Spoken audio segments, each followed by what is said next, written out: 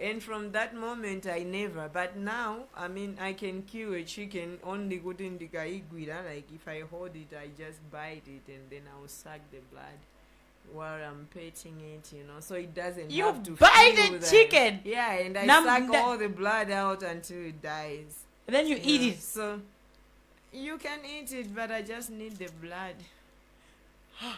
When we call up a single. Now we come. Chiropa.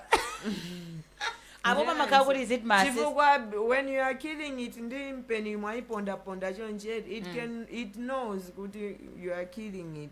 So you can never know what that thing is manifesting on you, because there is a soul in those animals as It's well, a chicken. you know.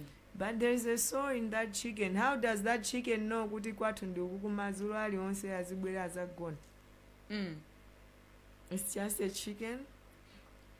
So what if there's a soul, then why are you biting it? Why is it that you're killing a chicken using your mouth? Because I don't want it to feel that I'm killing it. So I'm sucking it and it feels warm. It's warm when you're sucking it and then you're petting it.